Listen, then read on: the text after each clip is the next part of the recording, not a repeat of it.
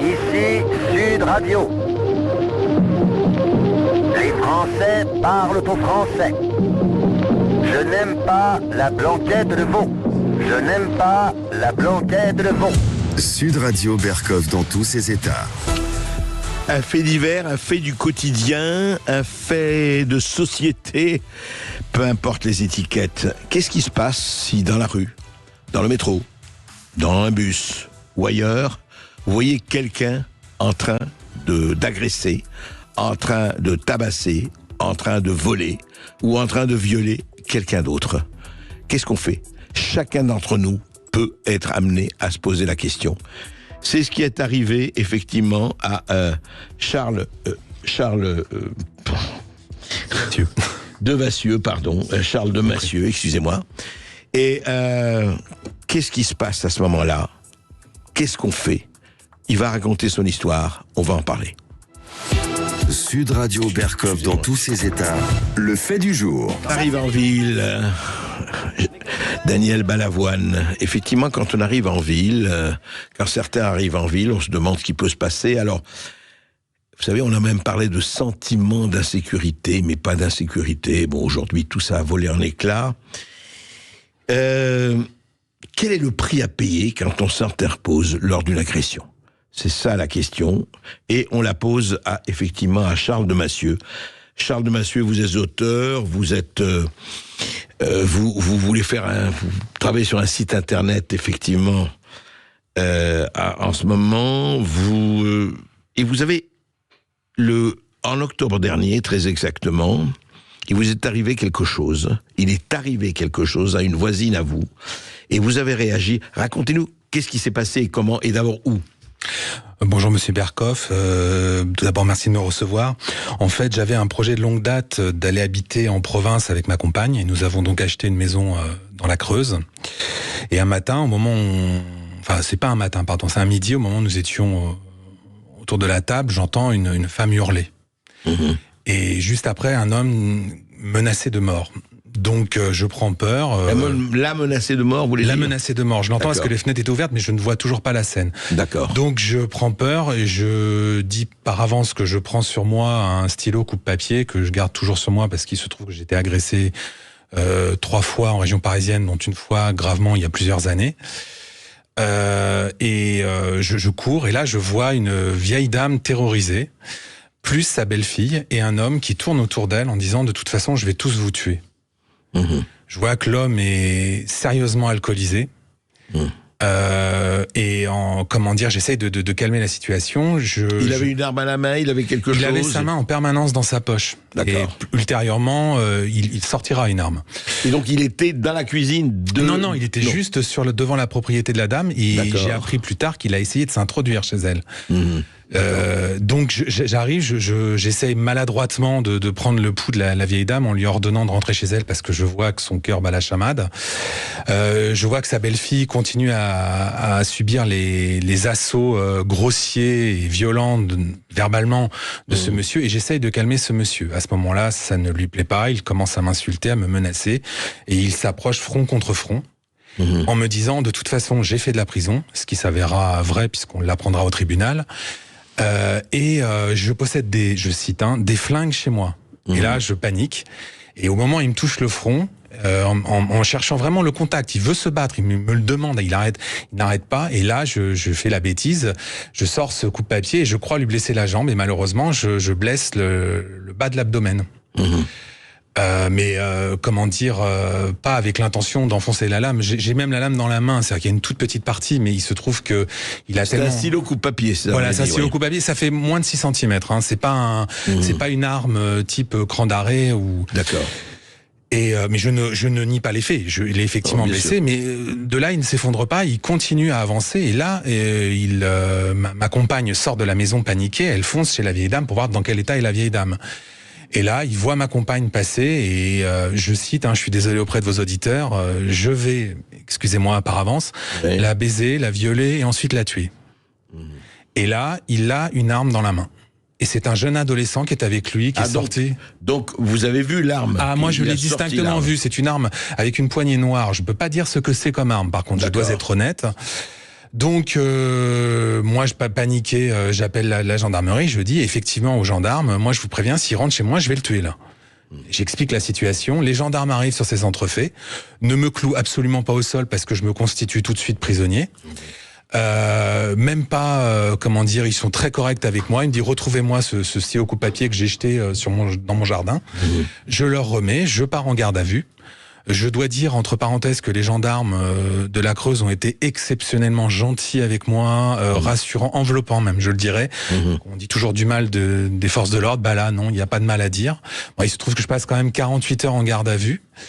Tout au long de ces 48 heures, je refuse de m'alimenter et de boire le moindre liquide. Pendant 48 heures. Oui, parce que je sais que l'adjudant-chef qui s'occupe de moi avec une adjudante me dit qu'il y a quand même un risque parce que l'homme a été hospitalisé et il a été emmené à Limoges. D'accord. Soyons clairs, il a été héliporté puisque visiblement à Guéret, ils n'ont pas pu le soigner. Mais ses jours ne sont pas en danger. Ça, l'adjudant-chef me le précise parce que je panique complètement. Arrive donc le lundi où je passe devant le juge des libertés qui me dit vous quittez la Creuse immédiatement. Vous devrez pointer toutes les semaines au commissariat, ce qui est tout à fait normal. Moi, je m'y suis d'ailleurs conformé religieusement. Puis, au bout de 3 mois, à l'issue de 3 mois, nous sommes le 10 janvier, j'arrive au tribunal. Et là, je découvre quoi ? Je découvre un président du tribunal qui s'appelle monsieur Michael Humbert, qui édulcore tous les faits, qui me dit c'était une querelle de voisins, vous n'aviez pas à vous en mêler. Une querelle de voisins qui rend malade une femme de 83 ans pendant 3 mois. Il a édulcoré le fait qu'il a menacé d'autres personnes. Il me dit il n'a menacé que vous. Mais dans le même temps, j'apprends quand même que ma victime, parce que c'est ma victime, ça je dois le reconnaître, a tout de même été 2 fois en prison pour violence en bande et violence une fois sur une personne qui lui a valu près de 4 ans de prison. À notre époque, il a fait 4 ans de prison, vous voulez dire. Il a d'abord fait un séjour parce qu'il a été pris dans une affaire de bande. Pour violence, et il a fait un autre séjour en prison d'une durée, je crois, de 4 ans pour violence sur une personne. Vous imaginez à notre époque, 4 ans de prison ferme pour violence sur personne, je veux même pas savoir dans quel état était la personne. C'est un homme qui a avoué au tribunal être sujet à l'alcool, sa compagne et son beau-fils ont reconnu qu'il était même violent, et il avoue quelque chose, il dit je ne travaille pas, ma compagne est aide-soignante, ce qui est un métier d'ailleurs tout à fait honorable, et je fume au moins, il le dit au juge, 7 joints par jour. Moi je m'interroge, 7 joints par jour, plus l'alcool, comment peut-il se procurer ça ? Mais peu importe. Le fait qu'il ait eu une arme a été totalement nié par le juge. Et le juge... et alors, résultat, le juge vous me condamne alors à 15 mois, dont 3 mois ferme, mais il a ménagé son suspense. C'est-à-dire qu'il me dit, vous êtes condamné à 3 mois ferme. Moi, je panique complètement à ce moment-là. Et là, il me dit, taisez-vous, de toute façon, ce sera un bracelet. Je dois être honnête, dans le tribunal, j'ai eu un moment de panique et j'ai traité les juges d'assassins qui laissaient une femme être défenestrée à Paris, je pensais à Myriam Noll, sans faire condamner son agresseur, et moi j'en prenais plein la figure. Mais je n'ai jamais insulté monsieur le juge, attention, j'ai pas fait d'outrage. À part le traité d'assassin quand même. J'ai pas dit lui, j'ai dit les juges en général. Les juges en général. Et là il me dit, mais allez-y, faites appel, vous allez voir ce qui va vous arriver. Et avec un sourire narquois, moi, j'étais tétanisé. D'ailleurs, ma compagne m'a dit qu'il était dans la salle. J'ai pas reconnu ta voix. Je tremblais comme une feuille, parce que j'ai un casier judiciaire vierge. Je sais par des indiscrétions, le juge a signalé que ces 2 faits de violence à propos de ma victime. Je sais par d'autres indiscrétions qu'il a à son actif beaucoup de faits d'armes, si je puis dire, en la matière. Alors, depuis, que s'est-il passé ? Eh bien, moi, j'ai fait appel. Vous avez fait appel, oui. Oui, alors sur les conseils de beaucoup d'amis que vous connaissez, dont certains vous les connaissez, j'ai demandé conseil auprès de maître Frédéric Pichon, qui n'était pas initialement mon avocat.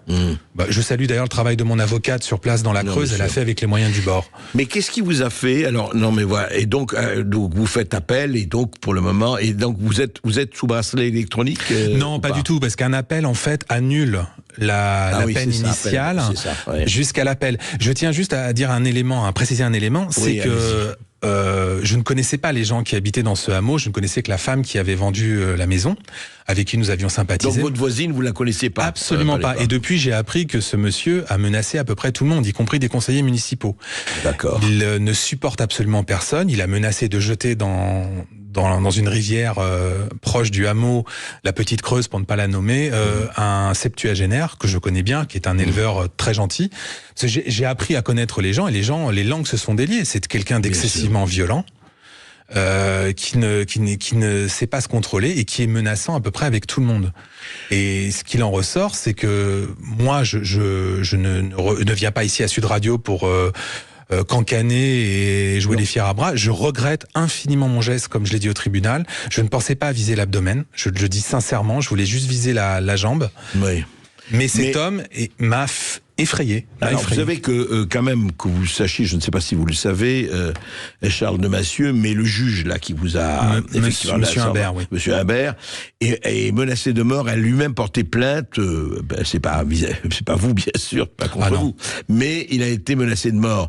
Donc, qu'est-ce que vous en pensez, ça? Alors, tout d'abord, les menaces de mort, moi, je commence à en avoir assez, parce que si c'est le recours habituel, on va tous se menacer de mort, on ne fera plus, on n'aura plus de lien. C'est tout à fait ridicule. Je le condamne. Je condamne les menaces de mort à l'égard du président du tribunal de Guéret, monsieur Michael Imbert.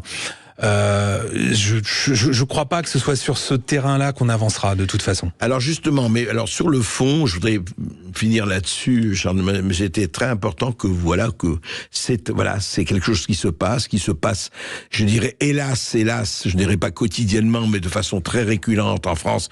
Et nous avons vu des gens qui ont eu des problèmes parce qu'ils se sont interposés dans telle ou telle agression et ça leur a joué des tours. Est-ce que vous pensez, vous avez réagi immédiatement, vous vous êtes dit, voilà, j'entends des cris, je vais voir ce qui se passe, et vous réagissez. Est-ce que vous pensez que c'est un problème, parce que personne ne peut dicter, y compris moi, y compris tout le monde, comment on réagirait si on voyait ça devant nous?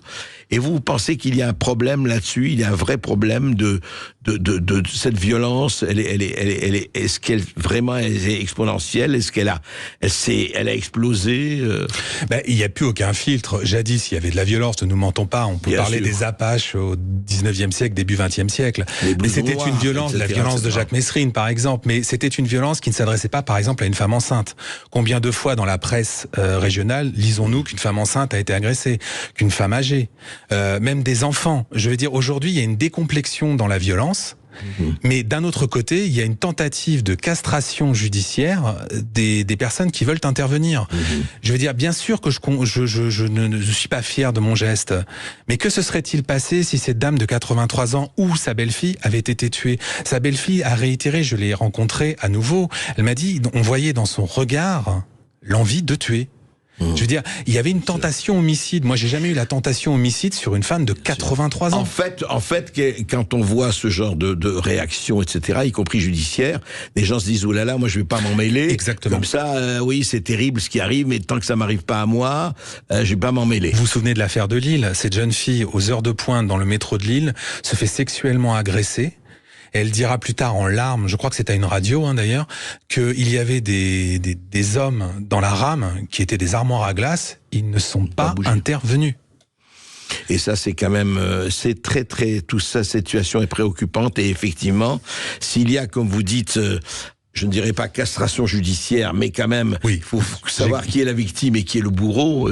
D'un côté, je parle de la vieille dame, bien sûr, mais c'est vrai que le problème, c'est comment réagir à ça et comment faire que les personnes qui s'interposent, même effectivement, comme dans le cas violemment, mais ne soient pas traitées plus mal, parce que à quoi était-il? Alors, est-ce qu'il a été condamné, Alors, il a eu, si ma mémoire est bonne, 105 heures de travaux d'intérêt général. D'accord. Par contre, moi, j'ai oublié de vous préciser, Monsieur Berkoff, j'ai 3500 € d'amende à lui verser. Donc, en fait, pour parler, il a une amende? Rien non. Du tout. C'est-à-dire qu'en fait, il a une amende minimale à verser à la famille de la dame âgée. De combien, vous ne savez pas?